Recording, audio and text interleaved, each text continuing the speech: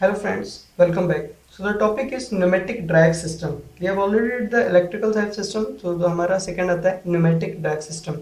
This system use the air, any gas to drive the system. कोई भी system को drive करने के लिए हम air का use कर सकते हैं. उस system को हम pneumatic drive system कहते हैं.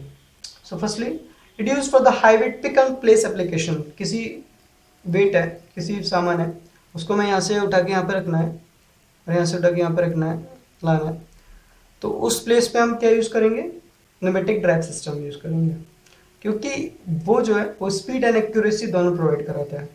अगर हमें किसी को सामान को इधर रखना है, इसको इधर रखना है, फिर इधर इधर इधर और प्लस एक्यूरेसी के साथ इधर ऐसे, तो उस जगह हम क्या यूज़ करेंगे? Pneumatic drag system. Second, useful for the small and medium load. जो कम लोड होते हैं ना, उसके लिए न्यूमेटिक ड्रैग सिस्टम यूज़ करते हैं. एडवांटेज क्या है इसके? Air is abundant in nature, we all know that. Air is abundant in nature and free in nature. कोई पैसे दे के खरीदनी नहीं पड़ती. It's a gift of the God, जो कि गॉड ने इतने मर्सीफुल है, उसने दिया है, तो हम इसे यूज़ कर सकते हैं एयर को अबंडेंट नेचर में. Second, easily exhausted in the atmosphere after the completing the task. जो टास्क के कोई भी कंप्लीट करने के बाद, जस्ट लाइक तो कोई मशीन है, उसमें एयर है, एयर भरी हुई है, उसको हमने यूज़ करा इसको मूव कराने के लिए. Then after it moves like this.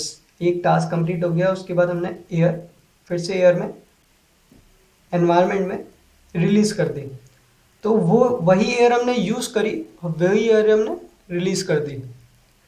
तो दैट वन शोज दैट के हम एनवायरनमेंट को भी कोई नुकसान नहीं पहुंचा रहे, तो ये इको फ्रेंडली भी होता है. Third one is easy installation. कोई किसी भी कंपनी में इंस्टॉल करना है तो मतलब कि इंस्टॉल करने का मतलब कि रखो और उसे चलता रहेगा, तो वो इंस्टॉलेशन हुआ तो वो भी इजी रहता है. Fourth one is less costly than the hydraulic robots. जो हाइड्रोलिक रोबोट्स हम आगे देखेंगे, जो कि बुलडोजर्स चलाते हैं और जेसीबी चलाते हैं, different different big big machines होती हैं जो वर्क करते हैं, उससे लेस कॉस्टली होता है. तो हम ये उसके जो कंपोनेंट्स होते हैं न्यूमेटिक ड्राइव सिस्टम के, जैसे कि एयर कंप्रेसर है, रिसीवर है. पहले हम एयर को रिसीव करेंगे, फिर रिसीव किससे करते हैं? इनलेट आउटलेट वॉल्व होते हैं. इनलेट मतलब कि यहाँ से जाएगा, आउटलेट मतलब कि यहाँ से निकलेगा. और ये कंप्रेसर होते हैं, एयर कंप्रेसर. ये रिसीवर्स होते हैं. तो एयर कंप्रेसर बदल गया रिसीवर. फिल्टर, एयर फिल्टर इसलिए यूज़ करते हैं, कोई भी डस्ट पार्टिकल्स होता है क्योंकि जो मशीन को ख़राब कर सकता है, तो उस प्लेस पे हम एयर फिल्टर्स का यूज़ करते हैं. ठीक है. Removal of the moisture, air dryer हम, हाँ, इसलिए यूज़ कर सकते हैं मेनली अगर हमारी मशीन जो है वो फेरस या फिर कोई भी आयरन से बना हुआ है, लोहे से बना हुआ है, तो वो लोहा जंग खा सकता है, मतलब कि उसमें कोरोजन हो सकता है. तो इसलिए हम क्या यूज़ करते हैं? एयर ड्रायर, मतलब कि उसको सुखा देता है और उसको मॉइस्चर निकाल देता है. और एयर रेगुलेटर हम यूज़ कर सकते हैं. काफ़ी सिस्टम्स होते हैं उसमें कम प्रेशर चाहिए होता है, किसी में ज़्यादा प्रेशर चाहिए होता है. उसको रेगुलेट करने के लिए, मतलब कि कम और ज़्यादा रेगुलेट करने के लिए उस जगह हम एयर रेगुलेटर यूज़ करते हैं. वॉल्व हमने देख लिया. ट्रांसमिशन पाइप्स जो इसमें कि एयर आती हैं और फिर जाती हैं, ये डिफरेंट डिफरेंट तरह के पाइप्स होते हैं. प्लास्टिक पाइप्स होते हैं, आयरन पाइप्स होते हैं, स्टील पाइप्स होते हैं, वो सब यूज़ कर सकते हैं. And again the disadvantage of pneumatic type, compressibility of the air. Air जो है वो कंप्रेस हो जाती है. अगर कोई सामान लोड उठा के यहाँ पर रख दिया, अपना ये रख दिया, अभी ये रखा, उसके बाद रखा, बट इसके ऊपर हमने वेट रख दिया. वेट रखने से क्या हो गया? ये थोड़ा कंप्रेस हो गया, और थोड़ा वेट रख दिया और फिर कंप्रेस हो गया.